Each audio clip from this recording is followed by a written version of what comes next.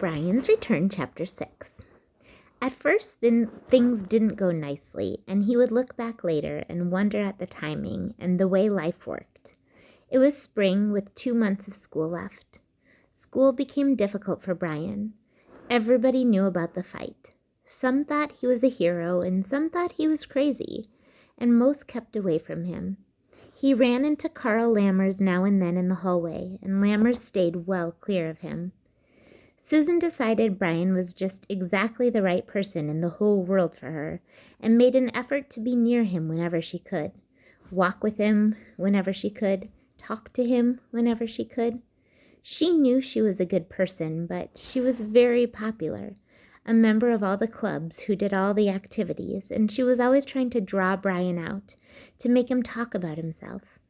Finally, he began to avoid her, in as nice of a manner as possible, but word went around that he was stuck up, and soon Susan and everybody else just left him alone. Though he liked the solitude, oddly, it made him feel bad, and made going to classes difficult. He began to hate school, and went only because he had to. He studied out of habit, and strangely his grades stayed up. Months later, he thought that he would have gone crazy except for Caleb and the dream. The dream came when he was awake, in school, at home with his mother. Whenever there was a moment of quiet or boredom, his thoughts would glaze over and the dream would come.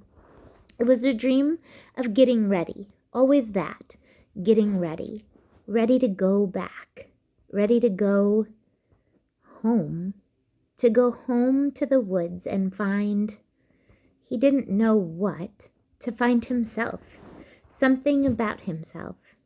Often the dream would be about what he would take, the kind of weapon, always a bow, never a gun, the kind of arrows, fishing equipment, clothing, not just to go back and survive this time, but to live and to be happy where he lived, just to be.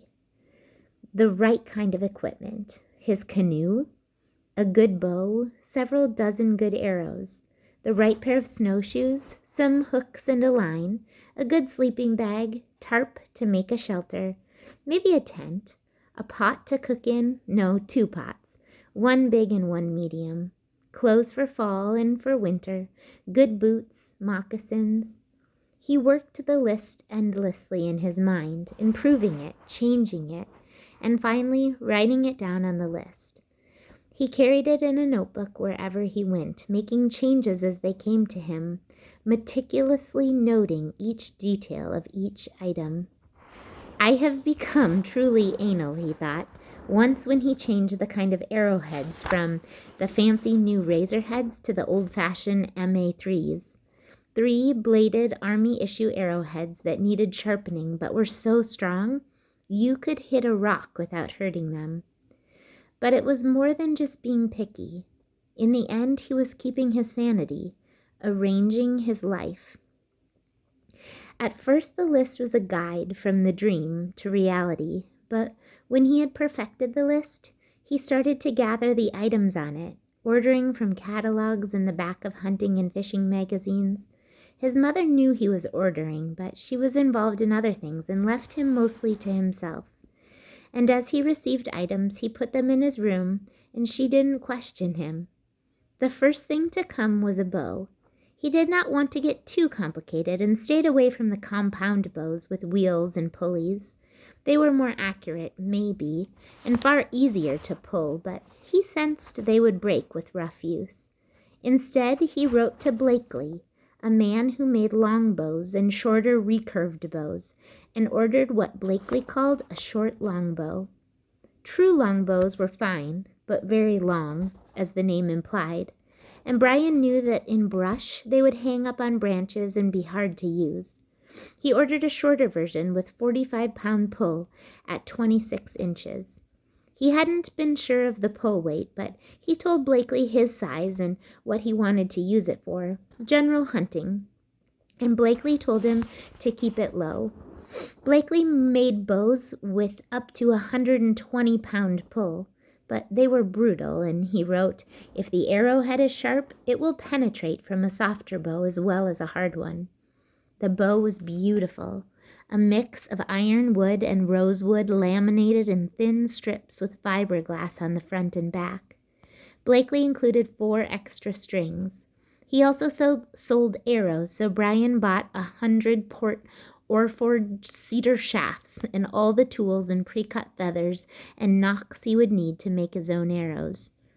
Blakely also sent along 50 of the MA3 broadheads and field points for the arrows, so he could practice without using the MA3s.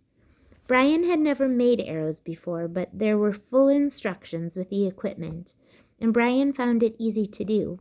He went to a garden store and brought home 3 hay bales. He put them up in his backyard and put a cardboard target in front. When he had 6 arrows finished, he started shooting each day.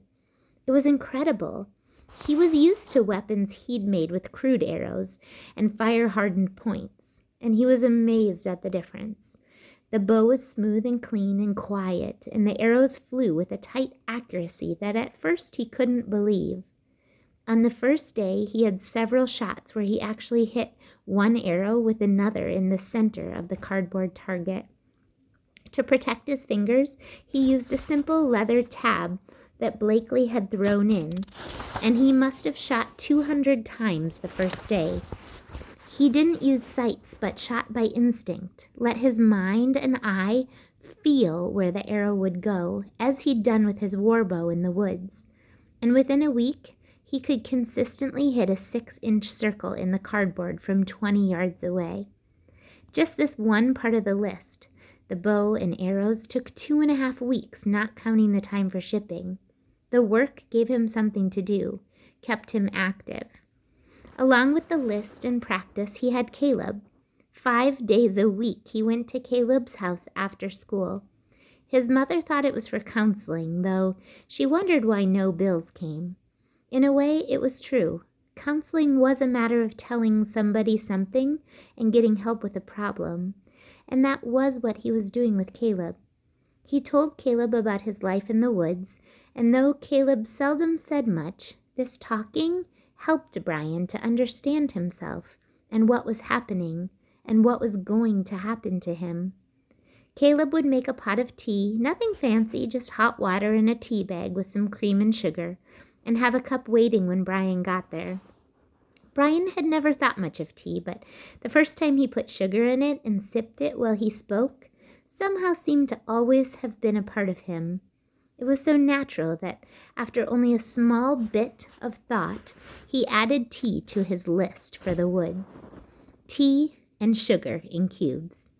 He would take the tea, sit down in the iron chair, look at Caleb and say, "What do you want to hear about today?"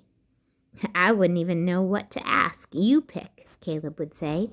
And Brian would think of a moment and then tell a story of moose or fishing or the sun on the water or the way beaver build a house or the lonely cry of a loon in the night or the stomach-tightening wail of a wolf singing to the moon.